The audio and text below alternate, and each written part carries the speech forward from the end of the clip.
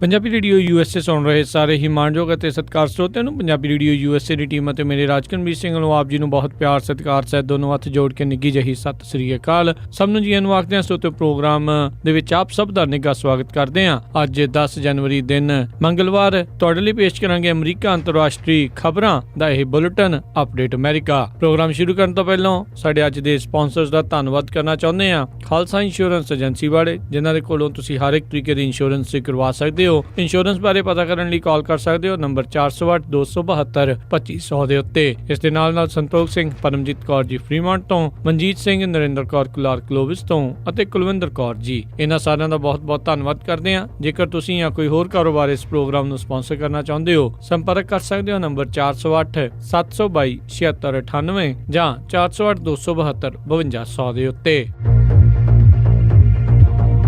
ਤੇ ਹੁਣ ਖਬਰਾਂ ਵੱਲ ਵਧਦੇ ਹਾਂ, ਪਰ ਸਭ ਤੋਂ ਪਹਿਲਾਂ ਚੋਣਵੀਆਂ ਖਬਰਾਂ। ਰਾਸ਼ਟਰਪਤੀ ਬਰਾਕ ਓਬਾਮਾ ਦਾ ਆਪਣੇ ਅਹੁਦੇ ਤੋਂ ਅਮਰੀਕੀਆਂ ਦੇ ਲਈ ਅਖੀਰਲਾ ਸੰਬੋਧਨ। ਚਾਰਲਸਟਨ ਚਰਚ ਸ਼ੂਟਿੰਗ ਦਾ ਹਮਲਾਵਰ ਡਿਲਨ ਰੂਫ ਨੂੰ ਸਜ਼ਾਏ ਮੌਤ। ਓਬਾਮਾ ਕੇਅਰ ਨੂੰ ਰਿਪੀਲ ਕਰਨ ਦੇ ਲਈ ਰਿਪਬਲਿਕਨਜ਼ ਡੋਨਾਲਡ ਟਰੰਪ ਦੀ ਕਾਹਲੀ ਵਿੱਚ ਫਸੇ। ਕੈਨੇਡੀਅਨ ਪ੍ਰਧਾਨ ਮੰਤਰੀ ਜਸਟਿਨ ਟਰੂਡੋ ਦੀ ਕੈਬਨਿਟ ਦੇ ਵਿੱਚ ਫੇਰ-ਬਦਲ। ਤੇ ਹੁਣ ਖਬਰਾਂ ਦਾ ਵਿਸਥਾਰ। ਰਾਸ਼ਟਰਪਤੀ ਬਰਾਕ ਓਬਾਮਾ, ਉਹਨਾਂ ਨੇ ਅੱਜ ਅਖੀਰਲੀ ਵਾਰ ਰਾਸ਼ਟਰਪਤੀ ਦੇ ਅਹੁਦੇ ਤੋਂ ਸੰਬੋਧਨ ਕੀਤਾ। ਰਾਸ਼ਟਰਪਤੀ ਬਰਾਕ ਓਬਾਮਾ ਨੇ ਇਹ ਸੰਬੋਧਨ ਆਪਣੇ ਹੋਮ ਟਾਊਨ ਸ਼ਿਕਾਗੋ ਦੇ ਵਿੱਚ ਕੀਤਾ। ਉਹਨਾਂ ਦਾ ਇਹ ਸੰਬੋਧਨ ਤਕਰੀਬਨ 50 ਮਿੰਟ ਤੱਕ ਚੱਲਦਾ ਰਿਹਾ। ਤਕਰੀਬਨ 20,000 ਲੋਕ ਰਾਸ਼ਟਰਪਤੀ ਬਰਾਕ ਓਬਾਮਾ ਦੇ ਇਸ ਫੇਅਰਵੈਲ ਸਪੀਚ ਨੂੰ ਸੁਣਨ ਦੇ ਲਈ ਪਹੁੰਚੇ। ਪਿਛਲੇ ਰਾਸ਼ਟਰਪਤੀ ਜ਼ਿਆਦਾਤਰ ਓਵਲ ਆਫਿਸ ਦੇ ਵਿੱਚੋਂ ਆਪਣੀ ਫੇਅਰਵੈਲ ਸਪੀਚ ਦਿੰਦੇ ਰਹੇ ਨੇ, ਪਰ ਰਾਸ਼ਟਰਪਤੀ ਬਰਾਕ ਓਬਾਮਾ ਨੇ ਮੈਕਕੋਰਮਿਕ ਪਲੇਸ, ਜਿੱਥੇ 20,000 ਦੇ ਤਕਰੀਬਨ ਲੋਕ ਮੌਜੂਦ ਸਨ, ਉਸ ਨੂੰ ਚੁਣਿਆ, ਜਿੱਥੋਂ ਉਹਨਾਂ ਨੇ 2012 ਦੇ ਵਿੱਚ ਰਾਸ਼ਟਰਪਤੀ ਚੋਣ ਦੀ ਜਿੱਤ ਨੂੰ ਘੋਸ਼ਿਤ ਕੀਤਾ ਸੀ। ਉਹ ਆਪਣੇ ਇਸ ਸੰਬੋਧਨ ਦੇ ਵਿੱਚ ਕਾਫੀ ਭਾਵੁਕ ਵੀ ਨਜ਼ਰ ਆਏ। ਉਹਨਾਂ ਨੇ ਇਹ ਵੀ ਮੰਨਿਆ ਵੀ ਅਮਰੀਕਾ ਨੇ ਪ੍ਰੋਗਰੈਸ ਤਾਂ ਕੀਤੀ ਆ, ਪਰ ਜਿੱਥੇ 2 ਕਦਮ ਉਹਨਾਂ ਨੇ ਅੱਗੇ ਵਧਾਏ ਆ, ਉਹਨਾਂ ਨੂੰ ਇੰਜ ਲੱਗਦਾ ਰਿਹਾ ਵੀ 1 ਕਦਮ ਉਹ ਪਿੱਛੇ ਵੀ ਆਉਂਦੇ ਰਹੇ। ਉਹਨਾਂ ਦੇ ਗੱਲ ਕਰਦੇ ਕਰਦੇ ਲੋਕਾਂ ਨੇ 4 ਸਾਲ ਹੋਰ ਦੇ ਨਾਅਰੇ ਲਾਉਣੇ ਸ਼ੁਰੂ ਕੀਤੇ ਤੇ ਉੱਥੇ ਰਾਸ਼ਟਰਪਤੀ ਬਰਾਕ ਓਬਾਮਾ ਨੇ ਹੱਸ ਕੇ ਆਖਿਆ ਵੀ ਤੁਹਾਨੂੰ ਪਤਾ ਆ ਵੀ ਇਹ ਹੁਣ ਨਹੀਂ ਹੋ ਸਕਦਾ। ਨਾਲ ਹੀ ਉਹਨਾਂ ਨੇ ਆਖਿਆ 10 ਦਿਨਾਂ ਬਾਅਦ ਪੂਰੀ ਦੁਨੀਆ ਅਮਰੀਕਾ ਦੇ ਲੋਕਤੰਤਰ ਦੇ ਉਸ ਨਜ਼ਾਰੇ ਨੂੰ ਦੇਖੇਗੀ ਜਦੋਂ ਇੱਕ ਰਾਸ਼ਟਰਪਤੀ ਦੂਜੇ ਰਾਸ਼ਟਰਪਤੀ ਨੂੰ ਅਮਰੀਕਾ ਦੀ ਬਾਗਦੌੜ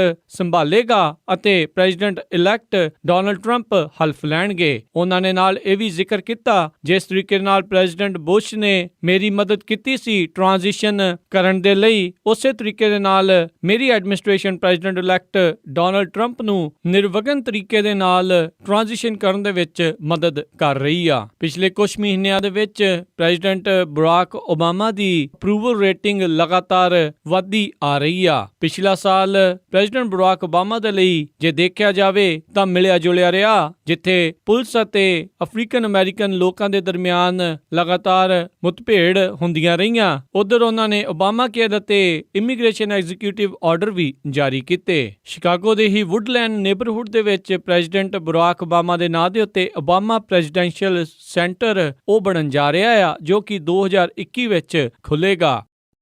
ਚਾਰਲਸਟਨ ਸਾਊਥ ਕੈਰੋਲੀਨਾ ਦੀ ਚਰਚ ਸ਼ੂਟਿੰਗ ਦੇ ਮਾਮਲੇ ਦੇ ਵਿੱਚ ਹਮਲਾਵਰ ਡਿਲਨ ਰੂਫ, ਉਸ ਨੂੰ ਫੈਡਰਲ ਜੂਰੀ ਦੇ ਦੁਆਰਾ ਮੌਤ ਦੀ ਸਜ਼ਾ ਸੁਣਾਈ ਗਈ ਆ। US ਡਿਸਟ੍ਰਿਕਟ ਜੱਜ ਰਿਚਰਡ ਜਰਜਲ, ਉਹਨਾਂ ਨੇ ਜੂਰੀ ਦਾ ਵਰਡਿਕਟ ਡਿਲਨ ਰੂਫ ਨੂੰ ਅੱਜ ਸੁਣਾਇਆ। ਜੂਨ 2015 ਦੇ ਵਿੱਚ ਸਾਊਥ ਕੈਰੋਲੀਨਾ ਦੇ ਅਫਰੀਕਨ ਅਮਰੀਕਨ ਡਿਸੈਂਟ ਦੇ ਲੋਕਾਂ ਦਾ ਇੱਕ ਚਰਚ ਸੀ, ਜਿੱਥੇ ਡਿਲਨ ਰੂਫ ਨੂੰ ਉਹਨਾਂ ਨੇ ਬਾਈਬਲ ਸਟੱਡੀ ਕਲਾਸ ਵਾਸਤੇ ਬੁਲਾਇਆ ਸੀ, ਪਰ ਡਿਲਨ ਰੂਫ ਕੁਝ ਹੋਰ ਹੀ ਦਿਮਾਗ ਦੇ ਵਿੱਚ ਵਿੱਚ ਲੈ ਕੇ ਗਿਆ। ਉੱਥੇ ਜਾ ਕੇ ਉਸਨੇ ਅੰਨ੍ਹੇਵਾਹ ਗੋਲੀਬਾਰੀ ਕੀਤੀ, ਜਿਸ ਕਰਕੇ ਉੱਥੇ 9 ਲੋਕਾਂ ਦੀ ਮੌਤ ਹੋ ਗਈ। ਇਹਨਾਂ ਸਾਰਿਆਂ ਹੱਤਿਆਵਾਂ ਦੇ ਵਿੱਚ ਇਸ ਨੂੰ ਪਿਛਲੇ ਮਹੀਨੇ ਦੋਸ਼ੀ ਪਾਇਆ ਗਿਆ ਸੀ।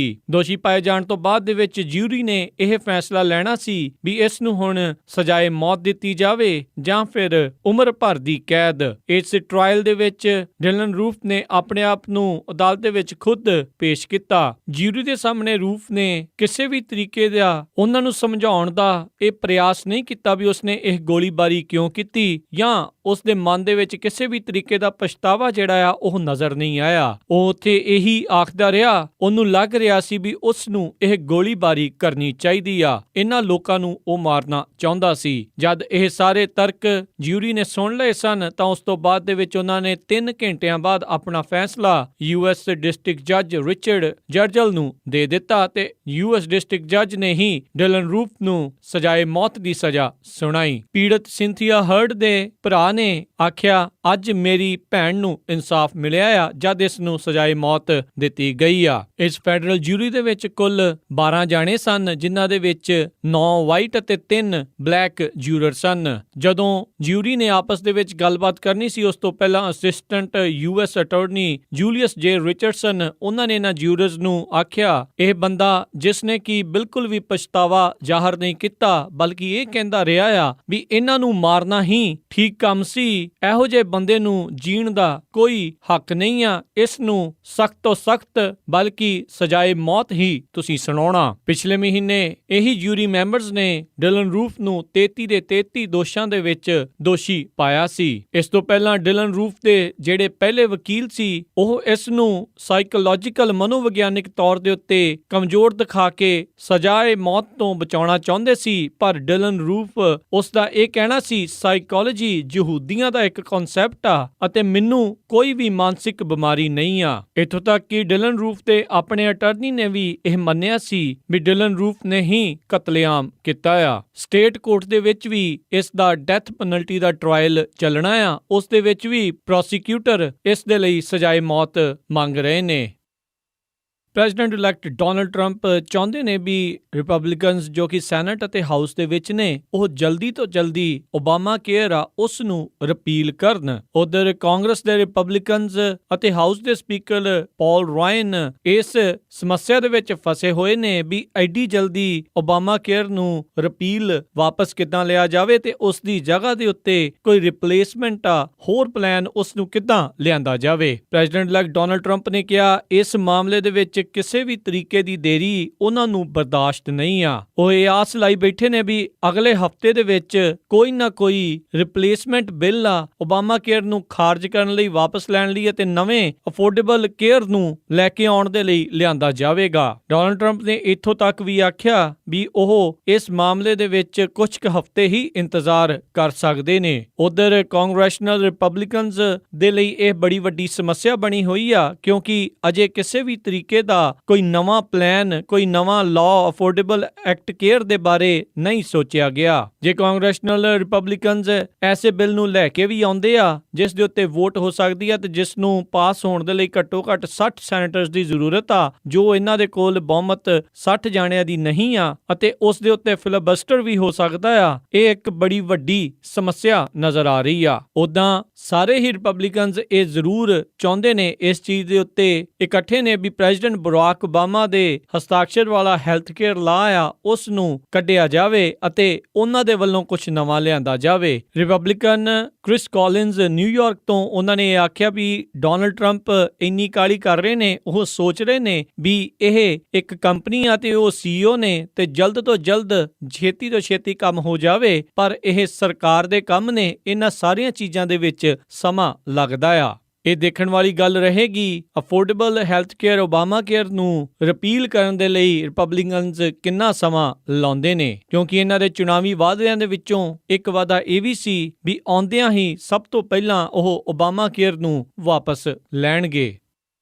ਕੈਨੇਡਾ ਦੇ ਪ੍ਰਧਾਨ ਮੰਤਰੀ ਜਸਟਿਨ ਟਰੂਡੋ ਨੇ ਕੈਬਨਿਟ ਦੇ ਵਿੱਚ ਫੇਰ ਬਦਲ ਕੀਤਾ ਆ। Canadian minister of international trade ਰਹਿ ਚੁੱਕੀ ਕ੍ਰਿਸਟੀਆ ਫਰੀਲੈਂਡ ਇਹਨਾਂ ਨੂੰ ਕੈਨੇਡਾ ਦੇ ਨਵੇਂ ਫੋਰਨ ਮਿਨਿਸਟਰ ਦਾ ਅਧਿਕਾਰ ਦਿੱਤਾ ਗਿਆ ਆ। ਕ੍ਰਿਸਟੀਆ ਫਰੀਲੈਂਡ ਜਿਨ੍ਹਾਂ ਨੇ ਪਿਛਲੇ ਦਿਨੀ ਕੈਨੇਡਾ ਅਤੇ ਯੂਰਪ ਦੇ ਦਰਮਿਆਨ ਯੂਨੀਅਨ ਫ੍ਰੀ ਟ੍ਰੇਡ ਐਗਰੀਮੈਂਟ ਸਫਲਤਾਪੂਰਵਕ ਕੀਤਾ ਸੀ, ਜਿਸ ਦੇ ਉੱਤੇ ਇਹ ਕਿਆਸ ਰਹੀਆਂ ਸੀ ਵੀ ਇਹ ਨਹੀਂ ਹੋਵੇਗਾ। ਇਸੇ ਚੀਜ਼ ਨੂੰ ਦੇਖਦੇ ਹੋਏ ਹੁਣ ਪ੍ਰਧਾਨ ਮੰਤਰੀ ਜਸਟਿਨ ਟਰੂਡੋ ਨੇ ਇਹਨਾਂ ਨੂੰ ਨਵਾਂ ਫੋਰਨ ਮਿਨਿਸਟਰ ਬਣਾਇਆ ਆ। ਉੱਥੋਂ ਦੇ ਪੋਲੀਟੀਕਲ ਮਾਹਰ ਇਸ ਨੂੰ ਡੋਨਲਡ ਟਰੰਪ ਦੇ ਨਾਲ ਕਰੜੀ ਗੱਲਬਾਤ ਕਰਨ ਦੇ ਲਈ ਪੱਖ ਤੋਂ ਦੇਖ ਰਹੇ ਨੇ, ਕਿਉਂਕਿ ਡੋਨਲਡ ਟਰੰਪ ਉਹਨਾਂ ਨੇ ਆਖਿਆ ਵੀ ਜਦੋਂ ਹੀ ਉਹ ਅਹੁਦੇ ਤੇ ਆਉਣਗੇ ਤੇ ਉਹ NAFTA North American free trade agreement ਆ ਉਸ ਦੇ ਉੱਤੇ ਦੁਰ ਤੋਂ ਨੈਗੋਸ਼ੀਏਟ ਗੱਲਬਾਤ ਕਰਨਗੇ। ਇਸ ਤੋਂ ਪਹਿਲਾਂ ਫੋਰਨ ਮਿਨਿਸਟਰ ਰਹੇ ਸਟੀਫਨ ਡਿਓਨ ਉਹਨਾਂ ਨੇ ਸਿਆਸਤ ਤੋਂ ਅਸਤੀਫਾ ਲੈ ਲਿਆ ਆ। ਇਸ ਦੇ ਨਾਲ ਇਮੀਗ੍ਰੇਸ਼ਨ ਮਿਨਿਸਟਰ ਰਹੇ ਜੌਨ ਮੈਕੈਲਮ ਉਹਨਾਂ ਨੇ ਵੀ ਪਾਰਲੀਮੈਂਟ ਤੋਂ ਰਿਟਾਇਰ ਹੋ ਗਏ ਨੇ ਤੇ ਉਹਨਾਂ ਨੂੰ ਜਸਟਿਨ ਟਰੂਡੋ ਦੇ ਦੁਆਰਾ ਚਾਈਨਾ ਦੇ ਲਈ ਅੰਬੈਸਡਰ ਬਣਾ ਕੇ ਘੱਲਿਆ ਜਾ ਰਿਹਾ ਆ। ਜ਼ਿਕਰਯੋਗ ਗੱਲ ਹੈ ਵੀ ਜੌਨ ਮੈਕੈਲਮ ਦੀ ਘਰਵਾਲੀ ਵੀ ਚਾਈਨੀਜ਼ ਆ ਤੇ ਉਹਨਾਂ ਨੂੰ ਉੱਥੇ ਫ੍ਰੀ ਟ੍ਰੇਡ ਐਗਰੀਮੈਂਟ ਚਾਈਨਾ ਦੇ ਨਾਲ ਕਰਨ ਦੇ ਲਈ ਵਿਸ਼ੇਸ਼ ਤੌਰ ਦੇ ਉੱਤੇ ਘੱਲਿਆ ਜਾ ਰਿਹਾ ਆ। ਤੇ ਨਾਲ ਹੀ ਕੈਨੇਡਾ ਦੇ ਹੁਣ ਨਵੇਂ ਇਮੀਗ੍ਰੇਸ਼ਨ ਮਿਨਿਸਟਰ ਅਹਿਮਦ ਹੁਸੈਨ ਹੋਣਗੇ, ਜੋ ਕਿ ਆਪ ਵੀ ਇੱਕ ਇਮੀਗ੍ਰੈਂਟ ਦੇ ਤੌਰ ਦੇ ਉੱਤੇ ਆਏ ਸਨ। ਅਤੇ ਮਿਨਿਸਟਰ ਆਫ ਇੰਟਰਨੈਸ਼ਨਲ ਟ੍ਰੇਡ ਉਹ ਹੁਣ ਫ੍ਰਾਂਸਿਸ ਫਿਲਿਪ ਸ਼ੈਂਪੇਨ ਹੋਣਗੇ। Minister of democratic institutions Kareena ਗਾਊਲਡ ਨੂੰ ਬਣਾਇਆ ਗਿਆ ਆ। ਮਿਨਿਸਟਰ ਆਫ ਲੇਬਰ ਪੈਟੀ ਹੈਜਡੂ ਨੂੰ ਬਣਾਇਆ ਗਿਆ ਆ ਅਤੇ ਸਟੇਟਸ ਆਫ ਵੂਮਨ ਦੇ ਮਿਨਿਸਟਰ ਮਰੀਅਮ ਮੌਨਸਿਫ ਨੂੰ ਨਿਯੁਕਤ ਕੀਤਾ ਗਿਆ ਆ। ਜਸਟਿਨ ਟਰੂਡੋ ਨੇ ਜਦ 2015 ਦੇ ਵਿੱਚ ਪ੍ਰਧਾਨ ਮੰਤਰੀ ਬਣੇ ਸੀ ਤਾਂ ਪੂਰੇ ਦੁਨੀਆ ਨੂੰ ਅਚੰਭੇ 'ਚ ਲਿਆਂਦਾ ਸੀ ਜਦੋਂ 50% ਦੀ ਮੰਤਰੀ ਉਹਨਾਂ ਦੀਆਂ ਔਰਤਾਂ ਸੀ। ਇਸ ਮੌਕੇ ਨਵੀਂ ਕੈਬਨਿਟ ਦੇ ਵਿੱਚ 15 ਔਰਤਾਂ ਅਤੇ 14 ਬੰਦੇ ਉਹਨਾਂ ਦੇ ਕੈਬਨਿਟ ਮਿਨਿਸਟਰ ਨੇ। ਤੁਸੀਂ ਸੁਣ ਰਹੇ ਸੀ ਆਪਾਂ ਅੱਜ ਦੀਆਂ ਕੁਝ ਅਹਿਮ ਖਬਰਾਂ। ਹੁਣ ਤੁਹਾਨੂੰ weather, stock market, exchange rate ਦੇ ਬਾਰੇ ਦੱਸਦੇ ਹਾਂ। ਸ਼ੁਰੂਆਤ ਕਰਦੇ ਹਾਂ ਵੈਦਰ ਰਿਪੋਰਟ ਤੋਂ, ਜਿੱਥੇ ਕਿ ਬੁੱਧਵਾਰ ਨੂੰ ਸੈਨ ਹੋਜ਼ੇ ਦੇ ਵਿੱਚ 56 ਡਿਗਰੀ ਹਾਈ 45 ਡਿਗਰੀ ਲੋ ਮੀਂਹ ਪਵੇਗਾ। ਸੈਨ ਫਰਾਂਸਿਸਕੋ ਵਿੱਚ 53 ਡਿਗਰੀ ਹਾਈ 45 ਡਿਗਰੀ ਲੋ ਮੀਂਹ ਪਵੇਗਾ। ਸੈਕਰਾਮੈਂਟੋ ਵਿੱਚ 54 ਡਿਗਰੀ ਹਾਈ 43 ਡਿਗਰੀ ਲੋ 80% ਚਾਂਸ ਨੇ ਮੀਂਹ ਪੈਣ ਦੇ। ਯੂਬਾ ਸਿਟੀ ਵਿੱਚ 55 ਡਿਗਰੀ ਹਾਈ 43 ਡਿਗਰੀ ਲੋ 60% ਚਾਂਸ ਨੇ ਮੀਂਹ ਪੈਣ ਦੇ। ਸਟਾਕਟਨ ਵਿੱਚ 55 ਡਿਗਰੀ ਹਾਈ 43 ਡਿਗਰੀ ਲੋ 60% ਚਾਂਸ ਨੇ ਮੀਂਹ ਪੈਣ ਦੇ। ਟ੍ਰੇਸੀ ਵਿੱਚ 56 ਡਿਗਰੀ ਹਾਈ 44 ਡਿਗਰੀ ਲੋ 60% ਚਾਂਸ ਨੇ ਮੀਂਹ ਪੈਣ ਦੇ। ਮੋਡੈਸਟੋ ਵਿੱਚ 57 ਡਿਗਰੀ ਹਾਈ 45 ਡਿਗਰੀ ਲੋ 70% ਚਾਂਸ ਨੇ ਮੀਂਹ ਪੈਣ ਦੇ। ਫ੍ਰੈਜ਼ਨੋ ਵਿੱਚ 57 ਡਿਗਰੀ ਹਾਈ 46 ਡਿਗਰੀ ਲੋ 80% ਚਾਂਸ ਨੇ ਮੀਂਹ ਪੈਣ ਦੇ। ਬੇਕਰਸਫੀਲਡ ਵਿੱਚ 62 ਡਿਗਰੀ ਹਾਈ 50 ਡਿਗਰੀ ਲੋ 50% ਚਾਂਸ ਨੇ ਮੀਂਹ ਪੈਣ ਦੇ। ਲਾਸ ਐਂਜਲਸ ਦੇ ਵਿੱਚ 64 ਡਿਗਰੀ ਹਾਈ 52 ਡਿਗਰੀ ਲੋ 70% ਚਾਂਸ ਨੇ ਮੀਂਹ ਪੈਣ ਦੇ। ਟਰੱਕੀ ਦੇ ਵਿੱਚ 32 ਡਿਗਰੀ ਹਾਈ 18 ਡਿਗਰੀ ਲੋ 90% ਚਾਂਸ ਆ ਬਰਫ਼ਬਾਰੀ ਹੋਵੇਗੀ। ਸਾਊਥ ਲੇਕ ਟਾਹੋ ਦੇ ਵਿੱਚ 36 ਡਿਗਰੀ ਹਾਈ 21 ਡਿਗਰੀ ਲੋ ਬਰਫ਼ਬਾਰੀ ਹੋਵੇਗੀ। ਪੋਰਟਲੈਂਡ ਓਰੇਗਨ ਦੇ ਵਿੱਚ 33 ਡਿਗਰੀ ਹਾਈ 24 ਡਿਗਰੀ ਲੋ ਸਵੇਰੇ ਬਰਫ਼ਬਾਰੀ ਹੋ ਸਕਦੀ ਆ। ਸਿਆਟਲ ਵਾਸ਼ਿੰਗਟਨ ਦੇ ਵਿੱਚ 35 ਡਿਗਰੀ ਹਾਈ 23 ਡਿਗਰੀ ਲੋ। ਫਲੈਗਸਟਾਫ ਐਰੀਜ਼ੋਨਾ ਦੇ ਵਿੱਚ 41 ਡਿਗਰੀ ਹਾਈ 29 ਡਿਗਰੀ ਲੋ 40% ਚਾਂਸ ਆ ਬਰਫ਼ ਪੈਣ ਦੇ। ਸਾਲਟ ਲੇਕ ਸਿਟੀ ਯੂਟਾ ਦੇ ਵਿੱਚ 42 ਡਿਗਰੀ ਹਾਈ 23 ਡਿਗਰੀ ਲੋ 80% ਚਾਂਸ ਨੇ ਬਰਫ਼ ਪੈਣ ਦੇ। ਸ਼ਿਕਾਗੋ ਇਲੀਨੋਇਸ ਦੇ ਵਿੱਚ 46 ਡਿਗਰੀ ਹਾਈ 29 ਡਿਗਰੀ ਲੋ 90% ਚਾਂਸ ਆ ਮੀਂਹ ਪੈਣ ਦੇ। ਨਿਊਯਾਰਕ ਦੇ ਵਿੱਚ 51 ਡਿਗਰੀ ਹਾਈ 45 ਡਿਗਰੀ ਲੋ ਰਾਤ ਨੂੰ ਮੀਂਹ ਪਵੇਗਾ। ਟੋਰਾਂਟੋ ਕੈਨੇਡਾ ਦੇ ਵਿੱਚ 5 degree Celsius high 3 degree Celsius low. Winnipeg Canada 'ਚ -22 degree Celsius high -25 degree Celsius low. Calgary Canada 'ਚ -8 degree Celsius high -21 degree Celsius low. Vancouver Canada ਦੇ ਵਿੱਚ 0 ਡਿਗਰੀ ਸੈਲਸੀਅਸ ਹਾਈ ਅਤੇ -7 ਡਿਗਰੀ ਸੈਲਸੀਅਸ ਲੋ temperature ਰਹੇਗਾ। ਅੰਮ੍ਰਿਤਸਰ ਪੰਜਾਬ ਦੇ ਵਿੱਚ 17 degree Celsius high 0 degree Celsius low. Melbourne Australia ਦੇ ਵਿੱਚ 26 degree Celsius high 16 degree Celsius low. London UK ਦੇ ਵਿੱਚ 11 degree Celsius high 3 degree Celsius ਲੋ।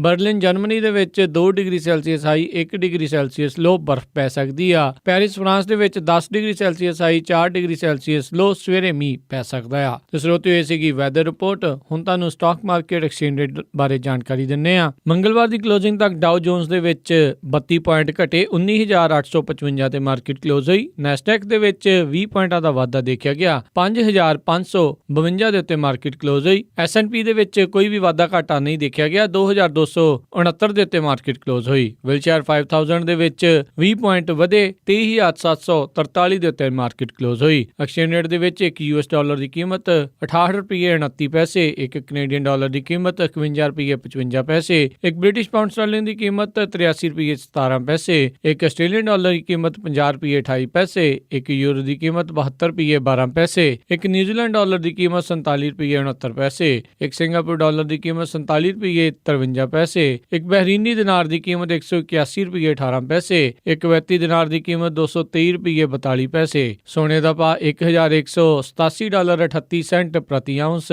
ਚਾਂਦੀ ਦਾ ਭਾਅ $16.78 ਪ੍ਰਤੀ ਆਉਂਸ ਰਿਹਾ। ਤੇ ਸਰੋਤੇ ਇੱਥੇ ਹੀ ਸਾਡਾ ਅੱਜ ਦਾ ਇਹ ਪ੍ਰੋਗਰਾਮ ਅਪਡੇਟ ਅਮਰੀਕਾ ਖਬਰਾਂ ਦਾ ਬੁਲੇਟਿਨ ਹੁਣ ਸਮਾਪਤ ਹੁੰਦਾ ਆ। ਹੁਣ ਮੈਨੂੰ ਰਾਜਕਨਵੀਰ ਸਿੰਘ ਨੂੰ ਇਜਾਜ਼ਤ ਦਿਓ। ਮੇਰੇ ਵੱਲੋਂ ਆਪ ਸਭ ਨੂੰ ਬਹੁਤ ਪਿਆਰ ਸਤਿਕਾਰ ਸਹਿਤ ਦੋਨੋਂ ਹੱਥ ਜੋੜ ਕੇ ਨਿੱਘੀ ਜਿਹੀ ਸਤਿ ਸ੍ਰੀ ਅਕਾਲ। ਜਿਉਂਦੇ ਵਸਦੇ ਰਹੋ, ਹੱਸਦੇ ਖੇਡਦੇ ਰਹੋ ਤੇ ਸੁਣਦੇ ਰਹੋ ਪੰਜਾਬੀ ਰੇਡੀਓ USA।